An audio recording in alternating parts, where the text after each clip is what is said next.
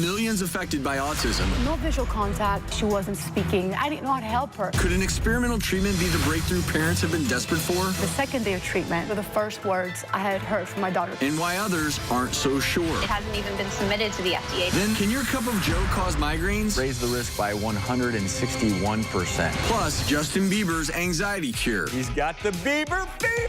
Yeah! That's today. An autism diagnosis can be devastating.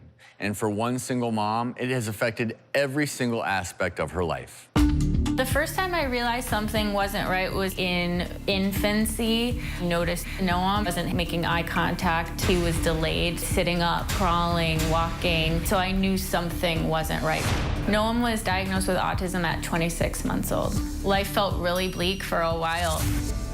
Being a mom with two sons is amazing. Noam is 12 and Asher is 9. My brother, he has special needs. He has autism, which means he can't talk, he can't control going to the bathroom. Sometimes he has tantrums if it's really severe. I don't really leave the house much with him because I don't want to deal with that in public. I know he must feel so much frustration in there, and I just want him to be able to express it. Because he has autism, it's not like we can play board games together or anything like that, but we're still brothers. He likes to play on the trampoline a lot, and I play on the trampoline with him.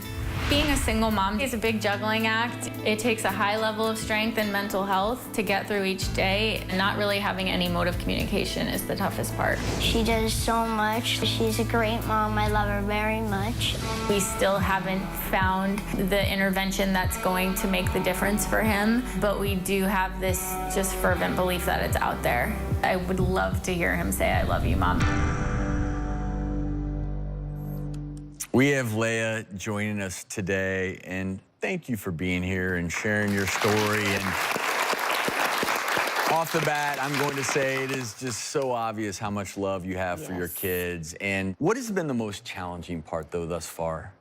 I would say the most challenging part is just the juggling act. Being a single parent of 2 boys, sometimes I have to remember to give them both attention. Asher can fall through the cracks, so we have to make an effort to have quality time with each of them as opposed to always being able to do things as a family unit.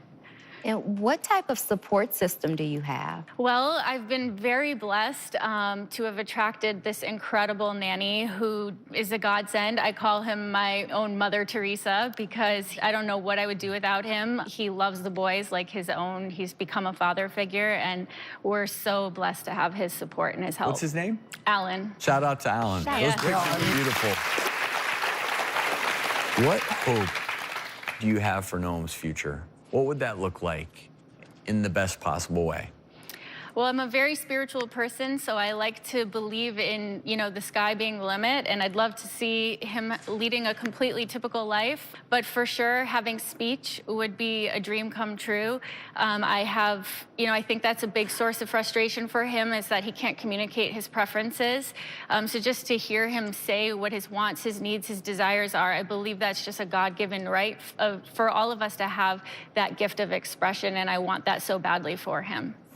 And I think anyone watching our show realizes that every child with autism presents differently, and how you treat them and how they progress, it's different. So on our show, we're always thinking about new possibilities. And I want to introduce everyone to someone in our audience, Dr. Spencer Miller, because Dr. Miller, can you tell us a little bit about a unique treatment that you offer that may have some hope, and certainly for a mom like Leah who feels out of options, and it's called MERT. Right. Can you tell me what that is and how it works? Yes, so MERT is an emerging technology. It is experimental in some regards that actually tries to reprogram abnormal electrical signals in the brain. We measure the electrical signals using a quantitative EEG, so it's a very simple, common used practice in neurology, where we put a cap on the head and look at where abnormal signals are coming from. We then turn around with that data and use these electrical signals to send back in the brain and try to attempt to re-attenuate or to modulate these brain signals. And the changes that we measure on these repeated EEGs should correlate to behavioral changes. And the child looked very comfortable. Didn't look like there was any pain associated with the procedure at all. Non-invasive, no medication involved with it, no pain. Sometimes you can feel a little bit of an electrical pulse, but it's a mild tap on the forehead. How many treatments typically do you need to administer, and how soon do you see results, and what have the results been? Usually within the first couple of days or weeks, you can start to see some benefits, some changes in their behavior. In general, we recommend about 4 weeks to 6 weeks of treatment. The treatments are every day, 30 minutes or so. So they come to the clinic, get the stimulation, and go about their daily business. So some children will have significant behavioral changes very early. Some will take longer to get results. You know, this is all new. And like I said, it's kind of evolving over time. In your experience, what kind of results are you getting in terms of the number of kids who are showing a benefit, a change in behavior? Do you have a number or percentage? So I don't have a percentage with me, but for the patients that I have seen changes in behavior, it's typically just exactly what you're asking for. Language in general is one of those things that seems to really be commonly changed. The way that they interact with their environment, their ability to change from, you know, we have to go to a doctor's appointment at 7 today instead of 8, so we're gonna have to change our schedule so there's not a meltdown in your car trying to go to a doctor's appointment. The other thing that we hear a lot of parents talk about is the presence, which, you know, is not really a medical term, but you know what I'm talking about. If your child is not there with you, even though they're sitting right in front of you, you're talking to them, there's just this absence. And so to be able to feel like your child is with you and listening or understanding you, so we hear parents describe those type of behavioral improvements. And what potential side effects do you discuss with patients when you're talking about this procedure? So the one that is the most feared really is not that big of a deal. However, we have to discuss it. It's about a 1 in 150,000 chance of having a seizure. It's self-limited. A seizure is abnormal signals of the brain. We're reprogramming the brain, so you can imagine that that's a potential. But the seizure that would occur would be self-limited. You stop the stimulation, the seizure goes away. And I don't know of any cases where treatment has been administered and caused a seizure that then results in epilepsy or the epilepsy syndrome, where you have continuous seizures throughout your life. So I don't know of that to be the case. So to me, really exciting. Acknowledging, however, that it is still experimental. And right now we have clinical neuroscientist Dr. Lindsay Oberman joining us today via Skype to weigh in. And you've heard our discussion, and I think you're also well aware of how frustrating it can be for parents trying to find anything that might help. What's your take, as we've been discussing this, in terms of treating autism with MERT, and where do you stand on the issue? So I've been using TMS and other brain stimulation tools. MERT is a form of TMS, transcranial magnetic stimulation. I've been doing this for about 15 years. And in the individuals with autism, both adults and children. And TMS and MERT uses a very large magnetic field, where we know that magnetic field can modulate brain networks and brain circuits. The question remains as to what brain circuit do we want to modulate, and in what way that will lead to a positive change in terms of behaviors. So we want to be improving language. We want to be improving things like reducing the meltdowns or improving social interaction or presence, as he mentioned. But what types of protocols with types of brain stimulation do we need to put in to do that is still unknown. So the concern as a research field that we have is that there's only been one single, very small scale clinical trial in individuals with autism, it was adults in fact, that showed very small improvements over a placebo control condition where there was no magnetic field at all. And so the concern we have is that there's just not this scientific evidence base out yet. The FDA has not approved it. It hasn't even been submitted to the FDA because the trials have just simply not been conducted. So we are hoping that those types of trials can be done and will be done. But until then, we are just simply not recommending that it be used clinically. And I know it's still experimental and you're still learning, but just based on the experiences you've had, is there a way to tell which autistic children are more likely to respond to treatment? No, so there are metrics that are trying to be identified, whether it be EEG or MRI or other brain-based metrics, to try to say this person will be most likely a responder to TMS or drugs or behavioral therapy across a number of disorders, depression, anxiety, other disorders as well. And that metric has, again, unfortunately not been identified as of yet. I think this is such an important topic, one we will continue to discuss. Let's take a break. Coming up, We need to all demand that clinical trials are done in a way where parents have answers. We don't like our children to be guinea pigs. then As time passed, it became worse. It was like a jail that she was trapped into. No visual contact. She wasn't listening to her name. Her sister started speaking. She stopped speaking. Our family was in so much pain. that's coming up.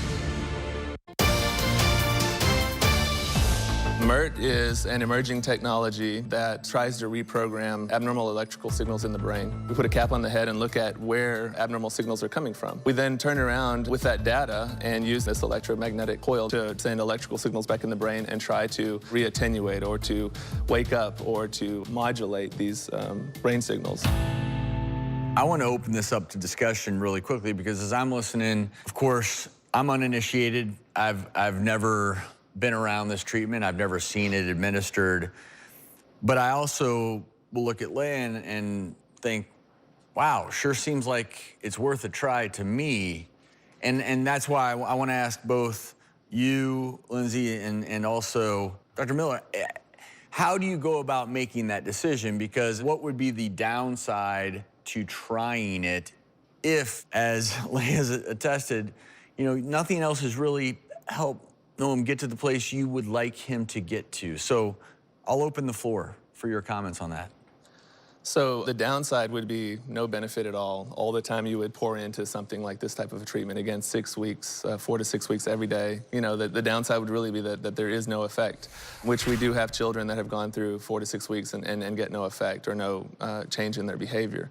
What's interesting to note, though, is that we do have research that currently shows that there are specific EEG changes in a autistic brain.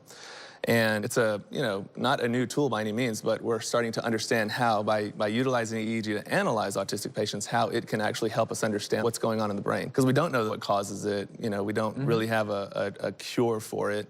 None of these type of treatments that we're talking about really are FDA approved. They're all off-label. You know, it's important to understand that. However, like you say, there's really no Can I ask major two downside. questions? How much would it cost, for instance, for a 4 to 6 week treatment somewhere cycle? around $10,000. It Which varies, is, yeah. and that's an important question to varies ask per because clinic, you know, so- the cost is always a downside, right? Absolutely. If you get no benefit and you pay for something, that's a Absolutely. downside. You feel like a terrible person when you know, after somebody has done that treatment and you're, wow, I appreciate what you've been through, but that's a lot of money to say, hey, sorry, it didn't work, you know. And then I'll bring you back in, Lindsay. It seems to me that a good clinical trial would answer a lot of these questions. Is there one happening? How close are we to maybe being able to say, this is the right protocol, this is how it should be done nationally, if you're going to try this? Yes, so 2 things. I do not want to give the impression that I don't think this is promising because I've been doing it myself for about 15 years. I do believe in it. I believe that I know we can modulate the brain using TMS to improve functioning of various circuitry. That being said, it's not simply that it may not work, but we may modulate it in a way that makes things worse. And this is, as a researcher, as a parent myself, what I would worry most about. When we talk about risks, yes, there's a very small risk of inducing a seizure, 1 in thousands. However, a bigger risk is that we are shifting the functioning of a brain, especially in a child, a developing brain, that we don't know exactly where it is at this current moment. You certainly can do an EEG, but EEGs change millisecond to millisecond. It is not a simple static state that a person stays in for days or months in an EEG. So we can measure this, but there isn't the data out there that we can confidently say, I know what protocol that may help you. And there is a potential downside is that I may modulate your brain in a way that may not be positive, that may actually lead to impairment or a greater symptom in a certain domain, because I'm not sure which way to modulate which part of the brain. Lindsay, let me ask you this, and then we have to take a break.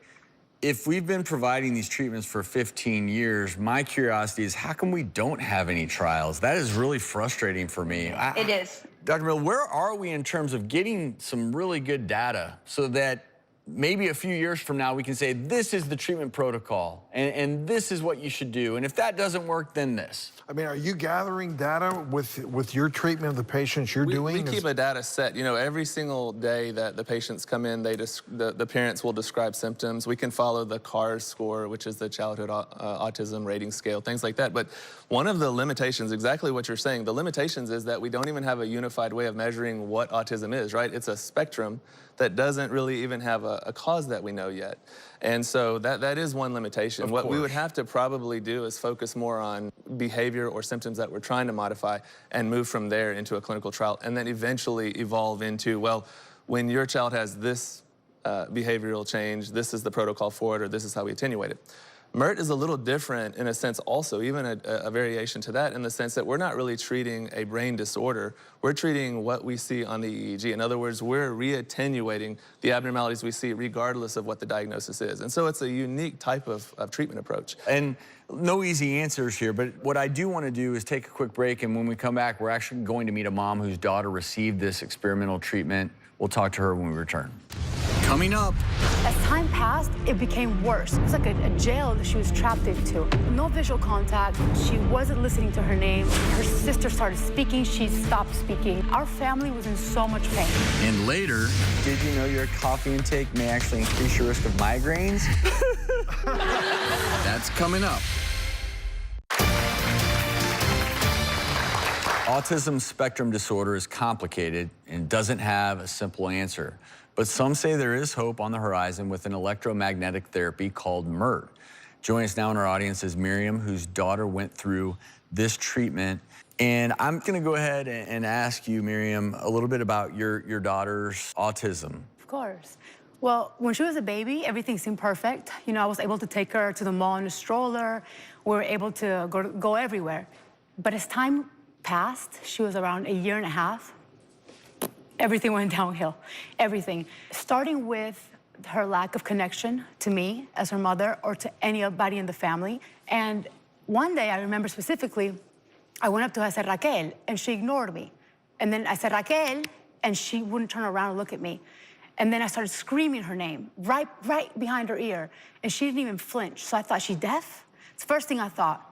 So I took her to the doctor the next day, and the doctor took a metal pan and threw it on the ground. And she flipped, she got scared. And he goes, congratulations, your kid's not deaf. And I said, well, if she's not deaf, what is she? What do I do? Well, I don't know. So from there, she stopped making eye contact. And I have twins, so it was very easy to compare at that age. One was doing so many things. You know, one started saying words. You know, Marcela, which is my twin, she wanted to be with me, she wanted to hug me, love me. Raquel couldn't stand my touch. She was always gone, in her own little world. And as time passed, it became worse. It was like a jail that she was trapped into. So no visual contact. She wasn't listening to her name. She wasn't following instructions. Her sister started speaking. She stopped speaking. There's nothing about her that was normal. So as time went on, things got worse because she stopped going out of the house. We couldn't take her out anymore. And so when she was a baby, she was able to go out. And when she was around 3 years old, I took her to a mall, and she screamed so much and cried so much that a gentleman asked me if she needed an ambulance. So we're not talking about like a tantrum, we're talking about full-on blown panic attacks. It almost felt like she was being attacked by the world. I didn't know how to help her, so I just didn't take her out anymore. And when I did want to just be a little stubborn and say, I want a normal day with my family and I want to take her out, she would bite herself because she was so frustrated. Also, you know, by now, she's what, 4.5 years old, she's still wearing a diaper. Our family was in so much pain. And like many moms like Leah, we do so much. I have a list this long of everything I tried, she wasn't budging. How old was she when she was formally diagnosed? She was formally diagnosed when she was 1.5 years with severe autism. Okay. I was told she would have to be put in a hospital eventually because you know, she was having a hard time. And so you were trying everything, nothing was really helping. I want to ask you when you found out about this treatment we've been talking about called MERT. Well, okay, so she was 4.5, and I went to see a doctor in Atlanta, Georgia, and he said, listen, Miriam, you know, we've been working together for 3 years. You've done everything I've asked you to do. I can't lie to you, your kid isn't getting better. Why don't you try this at the Brain Treatment Center? This thing's called MERT.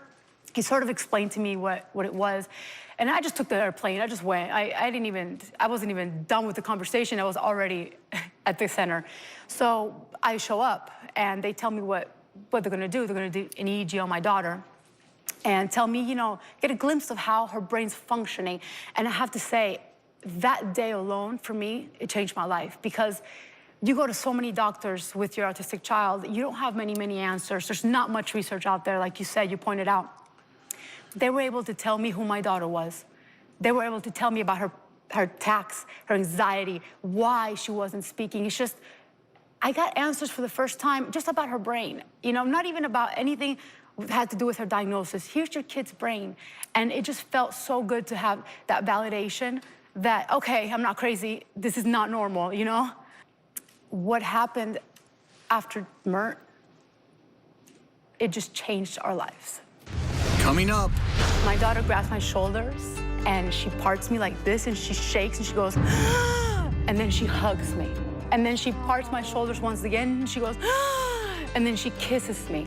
It was the happiest day of my whole life. Then, here's some video of Raquel before the treatment. That's coming up. Closed captioning provided by...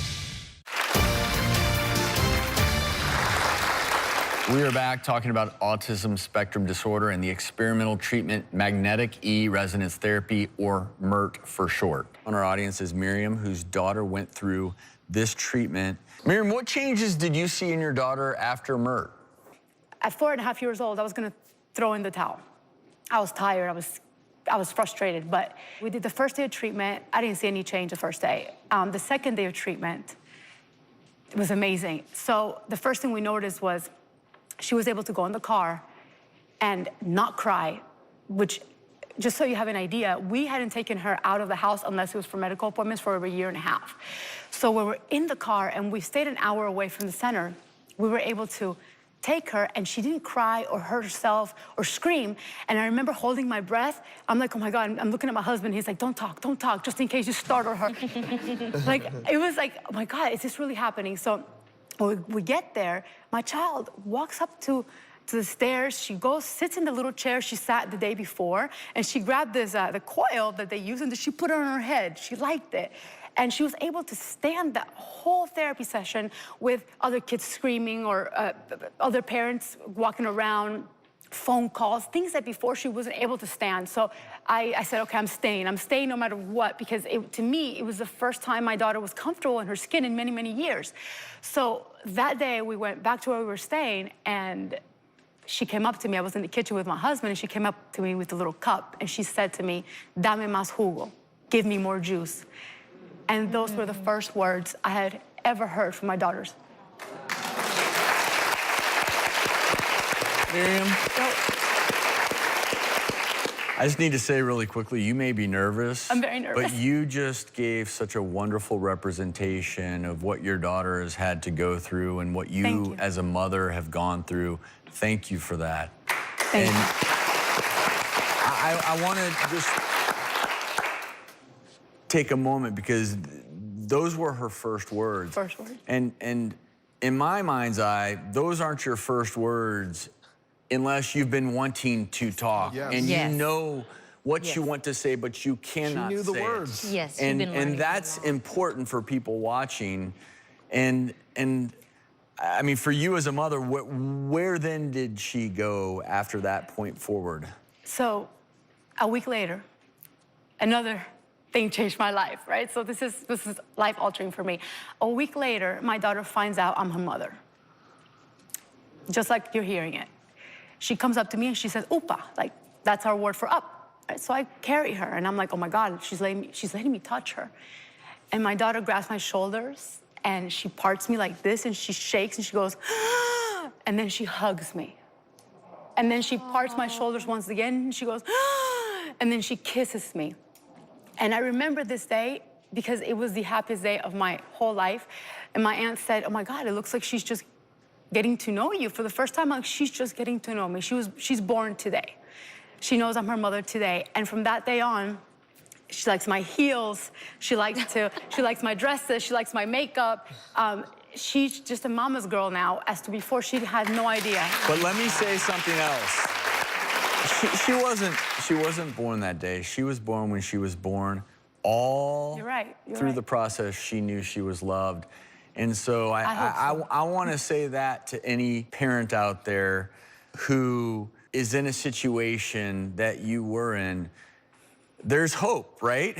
And your story attests to that. And this is an anecdote. Look, in medicine, we always say anecdotes are anecdotes. So anecdotes are not proof. But we actually even have some video of Raquel before and after her treatment. You'll see it when we come back.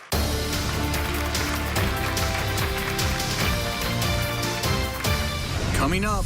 My daughter is autistic. She'll always be autistic, but I am proud of that. My dream is her independence and her be able to say, this is who I am. Before the break, we met Miriam, whose daughter has tried MERT. Here's some video of Raquel before and after the treatment. Y la cabeza, abre la cabeza. Enséñame la cabeza. ¿Dónde está? A ver, ¿dónde está? ¿Dónde está la cabeza? ¿Dónde está? ¿Dónde está? Ven, di, Marcelita, Marcelita. Marcelita. Papá, te amo. Papá, te amo. And I mean, Miriam, it's like a miracle. I mean, it really is. I get chills seeing that. Does she just continue to get better, or? She did. She did. So after we were almost done with the month, I told my husband, I want to go to Disney. He goes, you crazy? I'm like, we did the mall. You're happy. She's happy in the mall. We did the park. She's happy in the park. I said, I want to go to Disney. I need to go to Disney. Like, I need to know that my daughter can be in the happiest place ever, and with all the sensory information that she couldn't stand before because she couldn't handle anything. And so we went to Disney, and she rode the carousel, and she enjoyed it. And her family felt whole for the first time. And she has gotten so much better because now she's 11, all right? And so my daughter goes to a regular school. She's above her class in math. She made her first friend this year. To me, that is like, it's a miracle on its own, you know? She can go anywhere with us. You know, she loves airplanes. If I'm leaving, she's like, I'm coming with you, right? You know, she's part of her family. And yes, you know, my daughter is autistic. She'll always be autistic, but I am proud of that. My dream is her independence and her be able to say, this is who I am, and I'll be so proud that she can do that. Her speech still needs catching up to, you know? She's 11, she started her first words at 4.5, but she can definitely do so much more now than she did before. She's able to like, let's say I went on a trip, that same day I decided to leave, and she was like, wait, you're leaving all of a sudden, is everything okay? For her to be able to understand these things, like, I never thought possible. And I wanted to go back to you, Leah, because you've been listening to this story, and you earlier said one of your greatest hopes is that you could just hear Noam say a word. How are you feeling now listening to Miriam's story with Raquel? I mean, just extreme excitement.